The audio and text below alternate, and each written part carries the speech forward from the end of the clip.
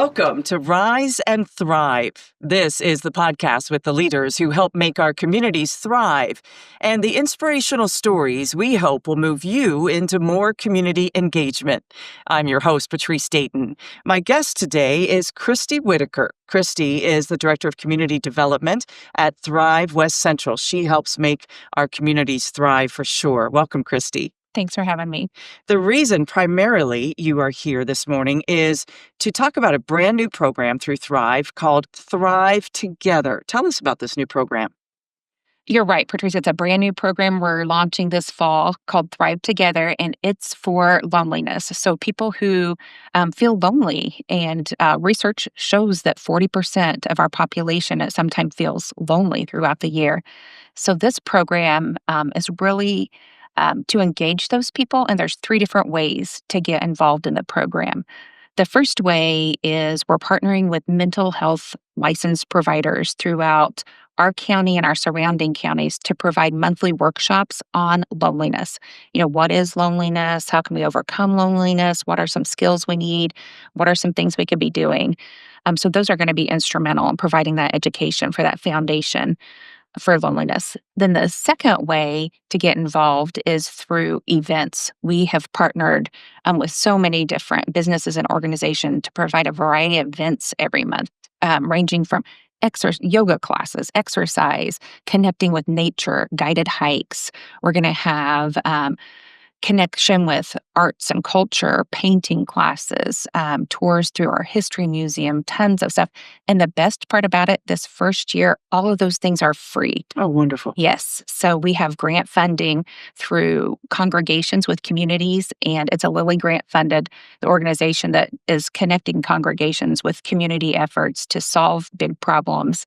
Is out of Indianapolis, and our partner church that we had for the lead partner is the First Baptist Church in Brazil. So they're going to be organizing volunteers. And that's the third way to get connected is you can, if you're suffering from loneliness, you can request a buddy who will be a volunteer, and you can meet with them. You can talk to them on the phone. When you meet for coffee, that coffee's even paid through for the grant. So it's a really a great way to connect with people. And those volunteers that our head church is reaching out to all different types of congregations and all of the 5 communities surrounding us to get more volunteers. But you don't have to be faith-based volunteer. You and I can be volunteers and meet with somebody for an hour or 2 a month and help listen to them and meet with them and make connections with them. So it's a small commitment on the volunteers' part, but boy, making a difference. It is. And the volunteers can even go to all those events with their buddy or just on their own to make connections socially in those group settings. Is there a group that you're focusing on first, a group that maybe that you find is more lonely than others, that we have statistics? Yeah, I've been collecting research for years on loneliness, and it seems to really affect our older population and our younger population, which might be surprising to some people. Older people, I think that makes sense. We lose connections maybe as we leave the workforce or lose a spouse. Yes, bereavement is huge in loneliness as well. But our younger population, especially young men, research shows that they're highly entertained, but less connecting in person. So they're being entertained more through gaming and through social media, but really having a harder time making those connections in person. And some people may not want to make those connections and may not be lonely, but for some of them, it can lead to loneliness or depression or other mental health related issues. Those young men especially are not getting out. They're staying in, playing video games or whatever it may be, not getting out. Yeah, and That makes sometimes sense. social media gives us that false sense of connection. We have lots of likes and lots of friends through social media, but it's different than talking in person like you and I are right now, making that connection. Absolutely. Thankfully, there has been more talk over the years about mental health and the need to how important mental health is. But there was a stigma for decades about that, Yes. as there is a little bit of a stigma talking about loneliness. But it's all together. Loneliness is a form of, or can lead to mental health problems. We've all been lonely at one time. I know I have. Yeah, absolutely. And research really shows that, like, during different transitions in our lives, especially if you've moved to a new community or you're graduating from college, those are big transition times, and there's a lot of loneliness associated with that. And when I think back on my past, I know I've been lonely, but I've never ever reached out to anybody and said, I'm lonely right now, and I don't think I've ever had anybody else tell me that they're lonely. So I think there has been a stigma, whether we realized it or not at the time, but this kind of removes that and lets everybody know that it's okay to be lonely. We all get lonely. Join us in a group. We're going to have fun. We're going to connect. We're going to learn. We're going to have tools that we can use when we start feeling lonely that will help us in the future.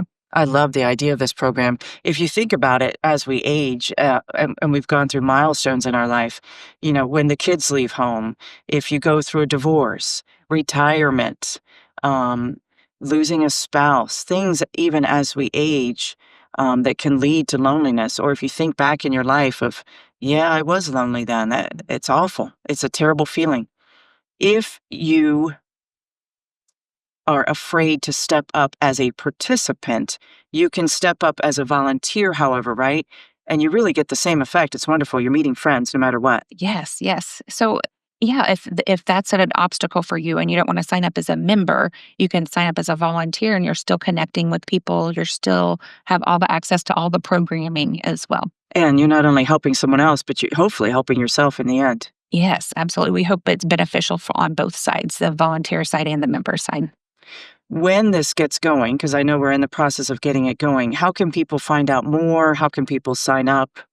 Sure, we're going to launch a website called Help Thrive Together. And certainly our wonderful marketing team at Thrive West Central will get the word out as far as how people can sign up, how they can find this website, and so forth. Yes, they can follow our social media as well. Absolutely. Now, Kristi was also the brainchild behind this podcast, which I love the premise of this podcast, to get more people to step up, to be leaders, to be volunteers, to get involved in civic engagement.